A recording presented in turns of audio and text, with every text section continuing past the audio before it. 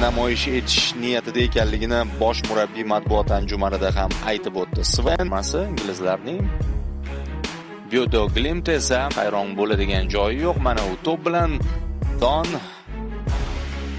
Bodo Glimt bosh murabbiy 20 yoshda bo'lsa, Abduqodir 21 yoshda. Bir-birini yaxshi tushunishi. Natijasida norvegiyaliklar to'pni egallab olib ichkariga yorib kirishga Husanov qaytardi. Long ball Husanov tomon bosh bilan joylaydi. Husanov. Donnarumma. Havo harorati qanday ekanligini eng yaqin yig'inlarda harakatlari kamroq. Ali Abduqodir Husanov.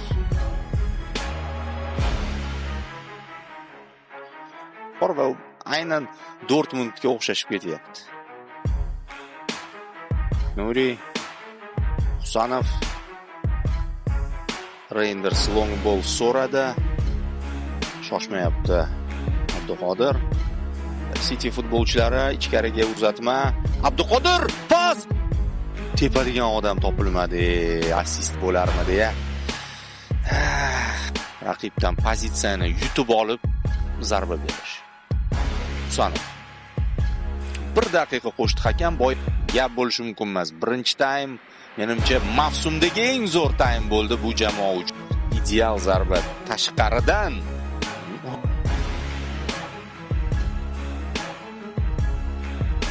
Yuqoridan uzatma. Husanov yutib chiqdi bu kurashda. To'pni saqlab qoldi City uchun. Husanov qaytib oldi. Chapga yo'naltirdi. Husanov.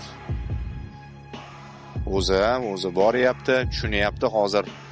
Yo'q. Luis Abduqodir ichkariga pas Hollandga. Bugun Husanovda tushmagandek-a. Husan raqamda Isaak Jubik Maata himoyachi. Hech narsa yo'q. Husanov yelkani ishga soldi. Mana o'sha vaziyat. Luis Husanov 98% edi birinchi bo'limda. Ikkinchi bo'limda ham hali juda noaniq pas berganini ko'rmadik.